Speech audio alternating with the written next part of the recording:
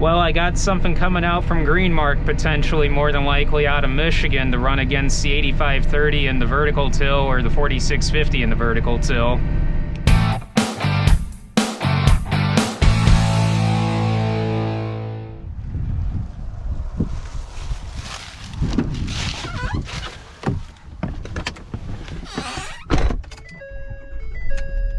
Morning guys, and welcome back to Werner Farm. So this morning Dad and I are moving the combine in the head over to our last 138 acres of corn, and there's 3 fields over here, and we're going to get this knocked out between today and tomorrow, and hopefully it'll all go into bin. Wouldn't be such a bad thing if it didn't. We got Barry headed up to the port this morning with the last load of dry corn that we were working on hauling out yesterday to fill some contracts. He'll be back between 9:30 and 10 o'clock, so Dad and I are going to get this field opened up over here and get the semi and the grain cart moved over, get the dryer going, and we're going to see how much we can get done today. Would be nice if we can get about 60 to 70 acres done over here.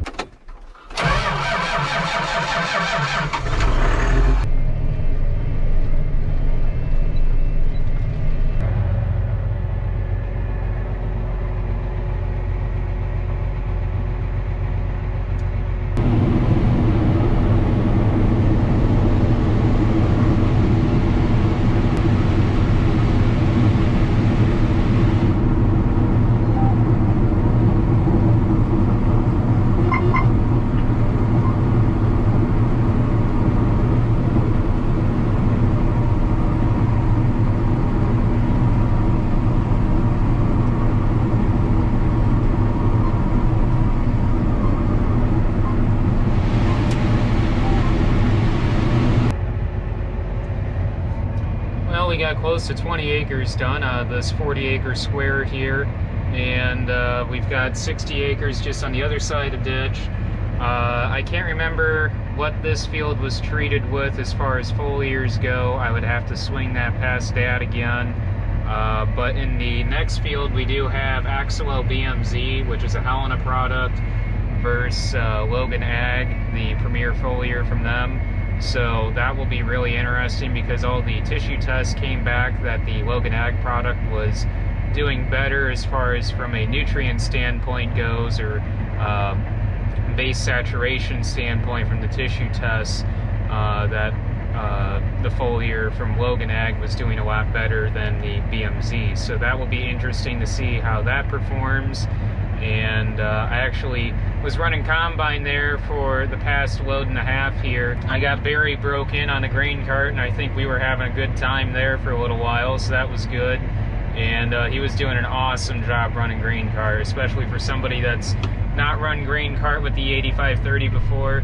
It gets to be really fun, put it that way, when you get the IVT figured out and you can match speed a lot better, especially coming from when he ran the 9400T, because it's not like he's never run grain cart before. He ran it with the 9400T, but once you get the IVT figured out, oh man, it's fun running grain cart then. I don't know if you guys can see him or not. Yeah, I think you can. Right there on that other irrigator, on the neighbor's irrigator, up on the top of that span up there's a red-tailed hawk who was literally just sitting right here on our pivot. When I pulled up here with the grain cart, he flew on over to the other irrigator. Out looking for some rabbits.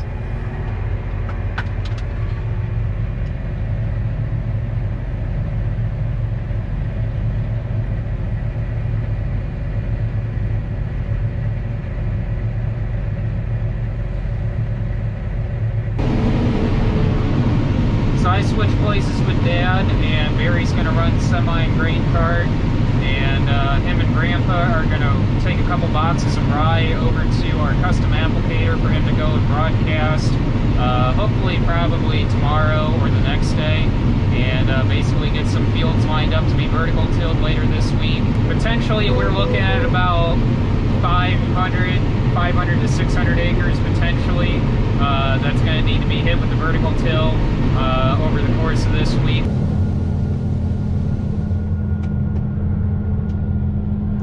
Full loads only.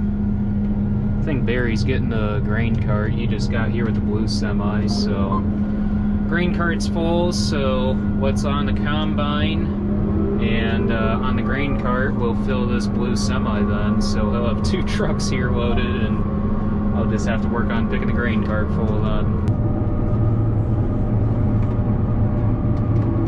Where do you want this after I empty it?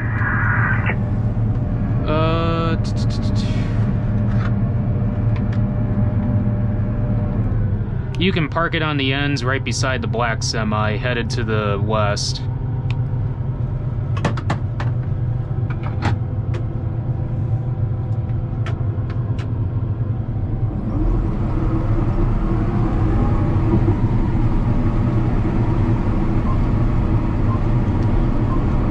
Wish we could run auto steer on this. Really no reason that we can't with running RTK on the planter.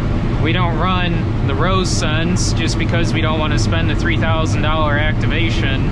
But I think what the AMS guy said is the reason why we can't run auto steer is because the corn head and the combine are thinking that this corn head has row sense on it and just needs the activation, which I think there's a way that you can tell it that it doesn't have row sense, and that we could run auto steer then without using the row sense activation, supposedly. So I've been noticing for the past couple rounds there's been one row that doesn't seem to be getting devastated. This whole thing slid over about 8 inches. I mean, I don't know how it slid, but it slid. This is the first issue we've ever had with them. But we'll have to just loosen these up, slide it back over and tighten it up, but I'm kind of surprised on this. I can't slide it back, so I'm trying to figure out how it was able to slide.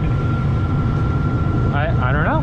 That's interesting. If the grain truck was here, I'd be able to do it, but since Dad and Grandpa took the grain truck to go get cereal rye delivered, I guess I'm just gonna have to run it and just, I mean, it's not doing a bad job at all, but it's just that one row, which isn't a big deal whatsoever. Alright, we got that stock devastator loosened up and slid over, so shouldn't have any more issues with that. I don't know why or how it slid over like that. We've never had an issue like that before, so should only be about less than 10 acres left in this field, and then we'll move on over onto the other side of the ditch and just keep on picking away. Well, I got something coming out from Greenmark, potentially, more than likely out of Michigan, to run against the 8530 in the vertical till or the 4650 in the vertical till. Are we gonna have to have a pick-off with the neighbors? I think that's a Kilbros cart over there. I think that's roughly the same size grain cart as what this is, but ours has the extensions on it. And we did not put these extensions on. I know a lot of you guys ask about that, but no, we did not put those extensions on. But I think with the extensions, or without the extensions, it would be roughly the same size cart, but with the extensions, this puts it at about 1,000 bushel. Thirsty.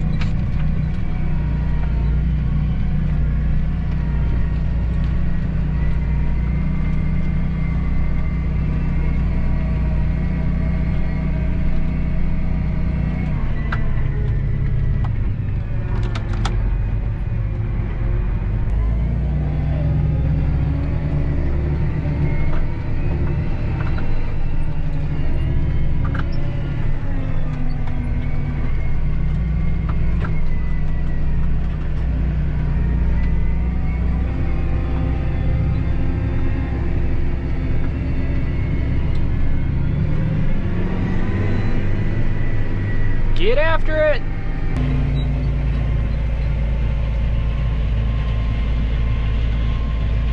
Letting her eat.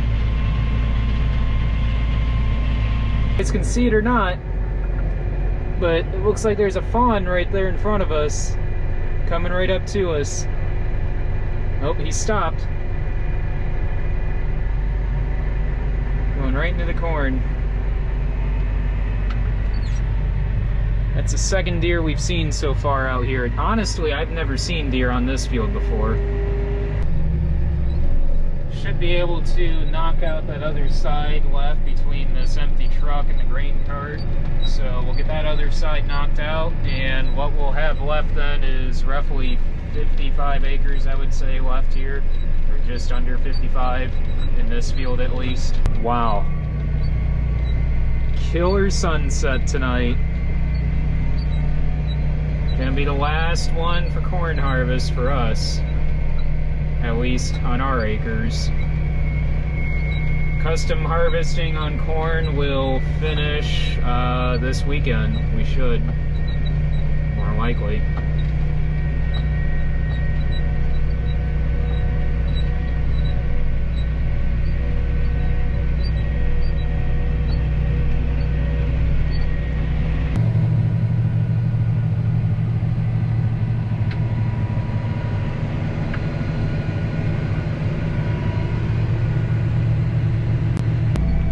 Alright, that's awesome. Kicked out 2 deer over there. That's cool. I've never seen deer out on this farm before, so that's pretty cool.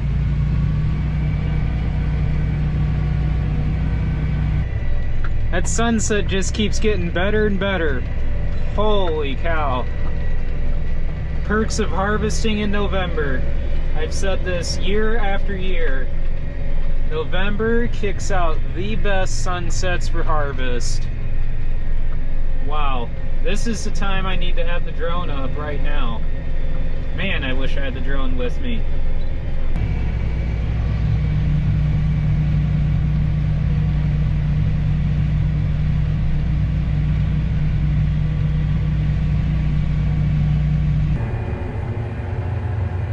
I didn't even have to tell him for this one. Getting them lined up. Man, I really wish I had the drone with me right now. Oh man. One of the top 5 best sunsets I've seen in my lifetime. That is awesome.